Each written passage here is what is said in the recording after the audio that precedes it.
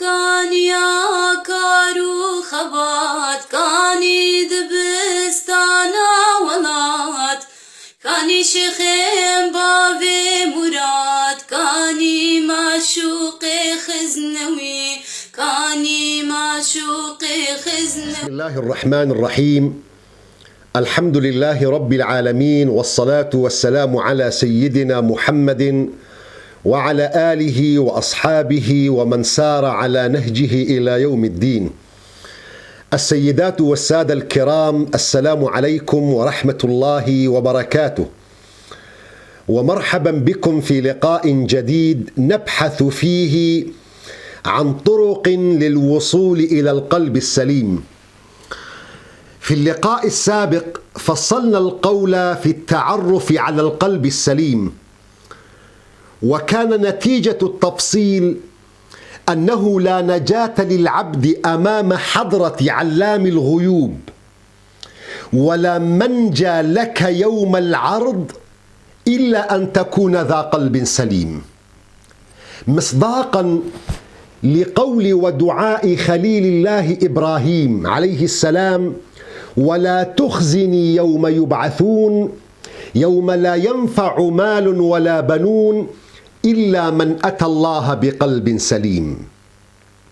فإن كنت صاحب هذا القلب، نسأل الله أن نكون جميعا منهم، إن كنت صاحب قلب سليم فأبشر، فقد وصفت من قبل المصطفى عليه الصلاة والسلام بخير الناس، كما في حديث ابن ماجة عن عبد الله بن عمرو قال: قيل لرسول الله صلى الله عليه وسلم: أي الناس أفضل؟ فقال المصطفى عليه الصلاة والسلام: كل مخموم القلب صدوق اللسان. قالوا: يا رسول الله، صدوق اللسان نعرفه، فما مخموم القلب؟ قال: هو النقي التقي لا إثم فيه ولا بغي ولا غل ولا حسد.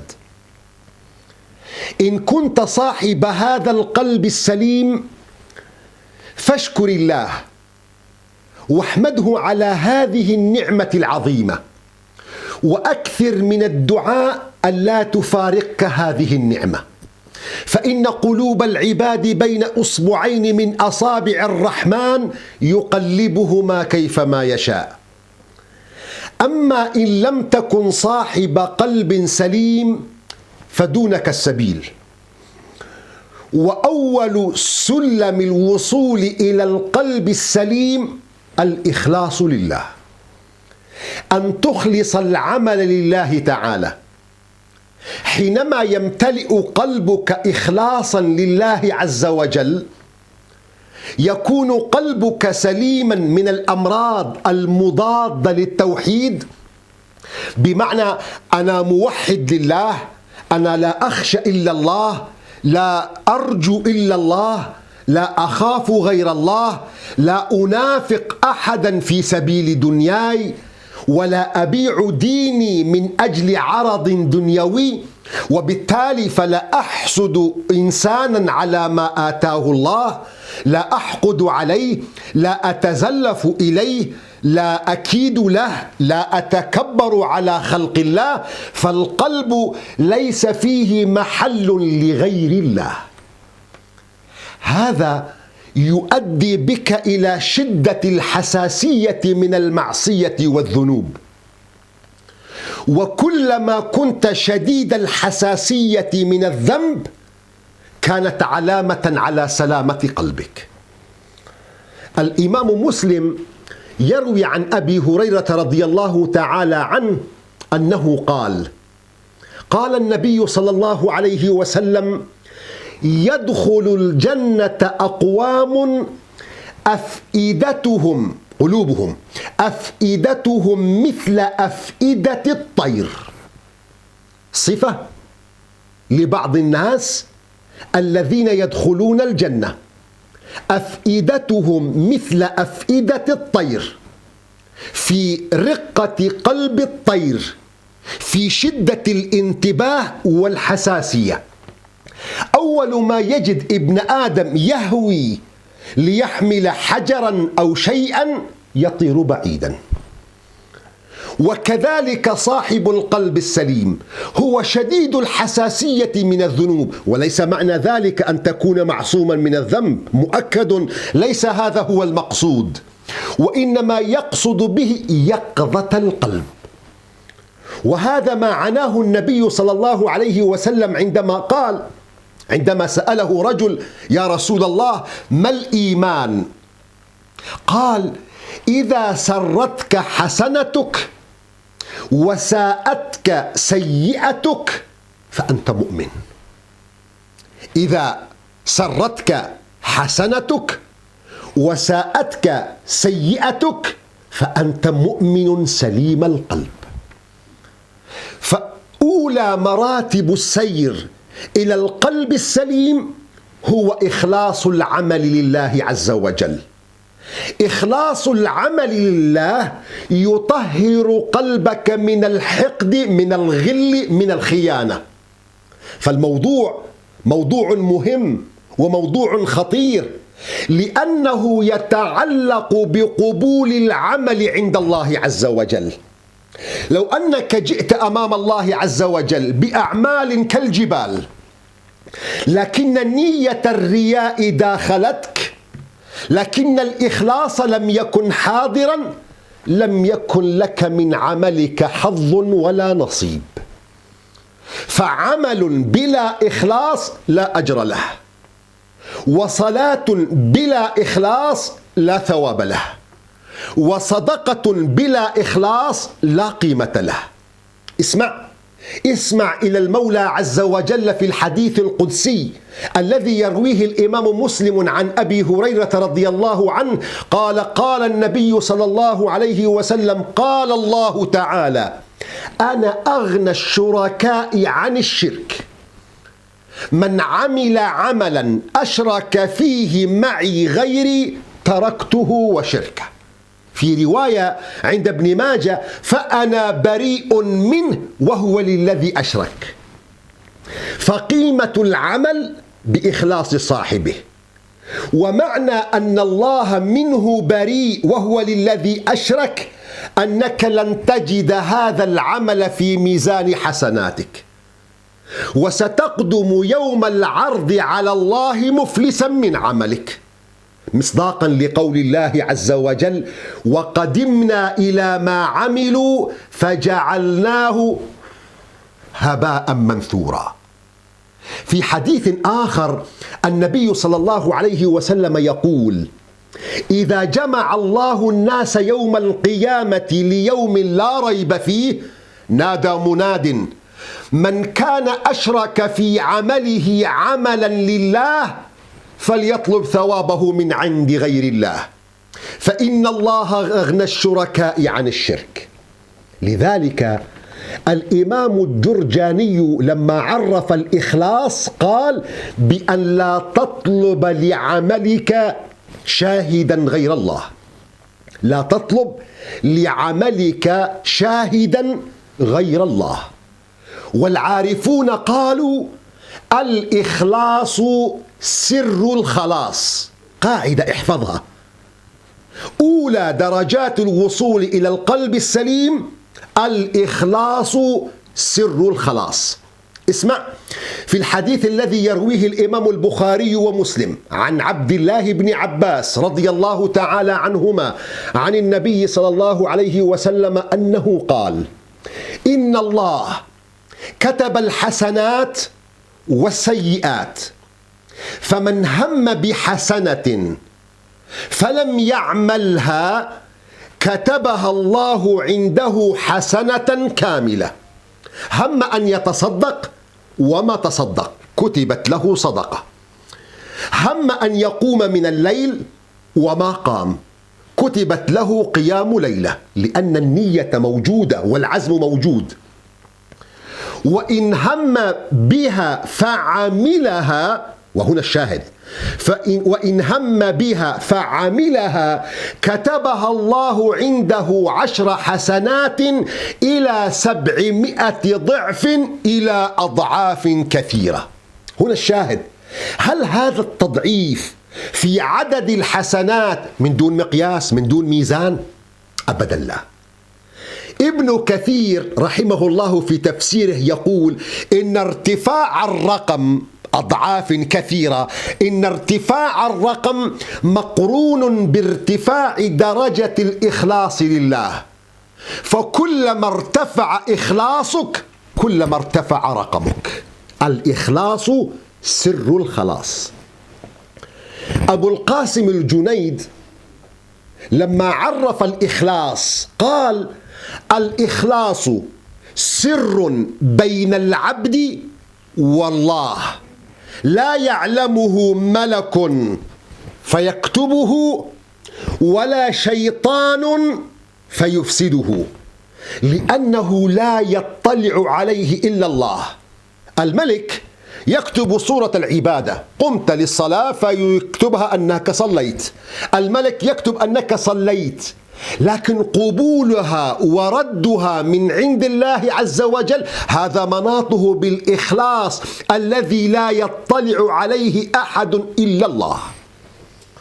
فالإخلاص أمر مهم جدا في حياة المسلم، وهو أول طرق الوصول إلى القلب السليم الذي به النجاة يوم العرض. من أجل هذه الأهمية للإخلاص الشيخ ابن مفلح الحنبلي، وهو أحد أئمة المذهب الحنبلي، يقول: وددت لو أنه من العلماء من لا شغل له إلا أن يعلم الناس الإخلاص. رغبت أن يكون من العلماء من المشايخ لا وظيفة له إلا أن يجلس في المسجد يعلم الناس الإخلاص. لماذا يا ابن مفلح؟ قال: لأنه لن يضيع كثير من الخلق أمام الله يوم القيامة إلا بتضييع الإخلاص. ابن عطاء في حكمه يقول: الأعمال صور قائمة، الصلاة تمثال، الحج تمثال، الزكاة تمثال كالأشباح لا روح فيها، عديمة الفائدة لا تتحرك. الأعمال صور قائمة وأرواحها وجود سر الإخلاص فيها، فكما لا قيمة للأشباح إلا بالأرواح وإلا كانت ميتة ساقطة، كذلك لا قيمة للأعمال البدنية إلا بوجود الإخلاص فيها، وإلا كانت صورا قائمة وأشباح خاوية لا عبرة بها. فالإخلاص أمر من الله عز وجل لنا، وما أمروا إلا ليعبدوا الله مخلصين له الدين. الإخلاص ينجيك من إضلال الشياطين وإغوائه. قال: فبعزتك لأغوينهم أجمعين إلا عبادك منهم المخلصين. المخلص محفوظ بحفظ الله من المكاره. قال الله عز وجل عن يوسف عليه السلام: كذلك لنصرف عنه السوء والفحشاء لما إنه من عبادنا المخلصين. فالإخلاص سر الخلاص أيها السادة، ومن مباحث الإخلاص النية، لكننا نؤجل الحديث فيه إلى اللقاء القادم لنختم اليوم بكيفية الوصول إلى الإخلاص. كيف نحقق الإخلاص لله؟ كيف نكون من المخلصين؟ تريد أن تكون من المخلصين؟ أمران إلزمهما ترزق الإخلاص بإذن الله عز وجل. الأمر الأول إخفاء العمل. كلما استتر العمل كان أرجى للقبول وأعز في الإخلاص. كما تخفي نفسك عند فعل المعصية وأنت تهتك الستر بينك وبين الله، اخفي نفسك أيضا عند فعل الحسنات. بشر الحارث يقول: لا تعمل لتذكر، لا تعمل لتذكر، لا تعمل لتذكر، اكتم الحسنة كما تكتم السيئة. سيدنا عمر بن الخطاب رضي الله عنه خرج إلى المسجد يوما فوجد الصحابي الجليل معاذ بن جبل عند قبر النبي صلى الله عليه وسلم يبكي. قال: ما يبكيك يا معاذ؟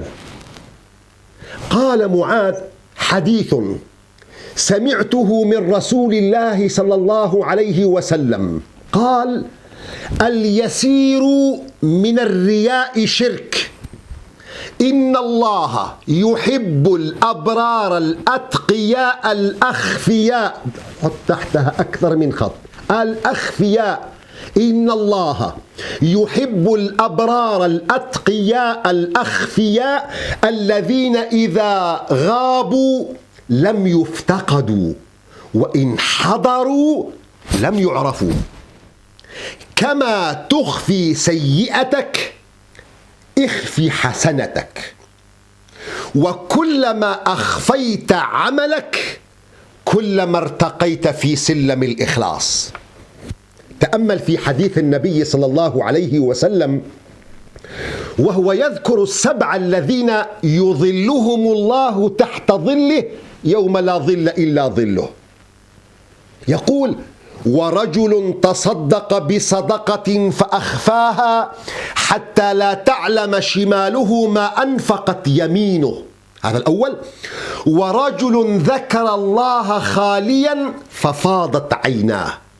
رجل تصدق فأخفى صدقته، ورجل أوجد العلاقة بينه وبين الله بالذكر والتضرع والاستغفار متخفيا بعيدا عن الأعين.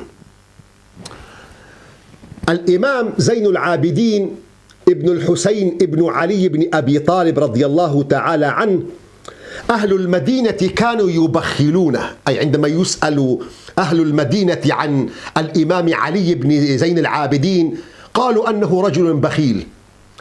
فلما مات الإمام علي زين العابدين جاع نصف مدينة رسول الله صلى الله عليه وسلم، لأنه هو الذي كان يطعمهم.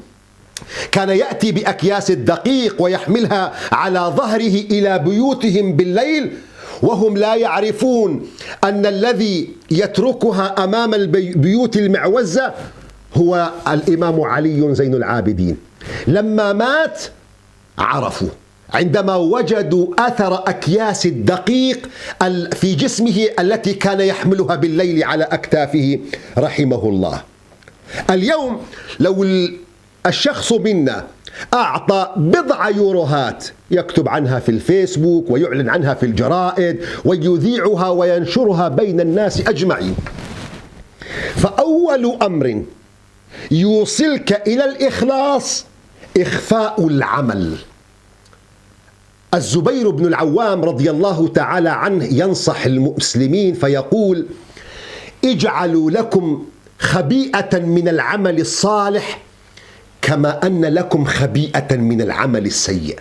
هذا هو الأمر الأول الذي يقربك للإخلاص.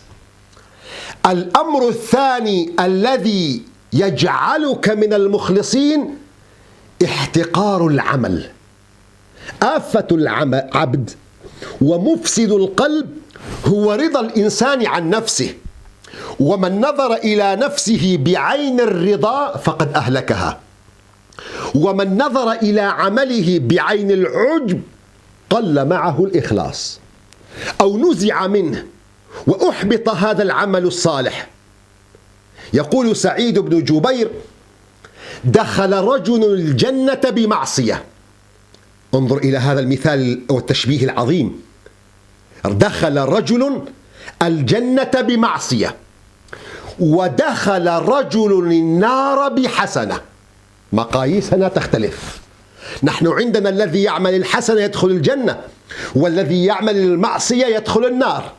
لكن يقول: دخل رجل الجنة بمعصية ودخل رجل النار بحسنة. فقيل له: وكيف ذاك؟ قال: عمل رجل معصية فما زال خائفا من عقاب الله من تلك الخطيئة فلقي الله فغفر له من خوفه من الله عز وجل. وعمل رجل حسنة فما زال معجبا بها حتى لقي الله فأدخله إلى النار.